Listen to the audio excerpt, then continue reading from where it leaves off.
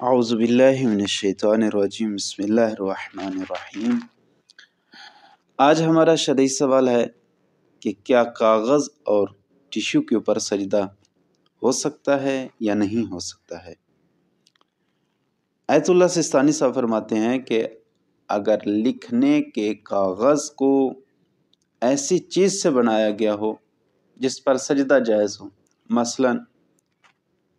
لکڑی اور بوسے یا روئی یا کتان سے بنایا گیا ہو اس کاغذ کو، تو اس پر سجدہ جائز ہے۔ لیکن اگر ریشم یا ابریشم اور اسی طرح کی دوسری چیزوں سے بنایا گیا ہو تو اس پر سجدہ کرنا جائز نہیں ہے۔ اور ٹیشو پیپر کے اوپر اسی صورت میں سجدہ جائز ہے کہ جب انسان کو معلوم ہو کہ یہ ایسی چیز سے بنایا گیا ہے جس کے اوپر سجدہ صحیح ہے تو اس کے اوپر سجدہ کیا جا سکتا ہے، دیگر صورت میں اس کے اوپر سجدہ نہیں کیا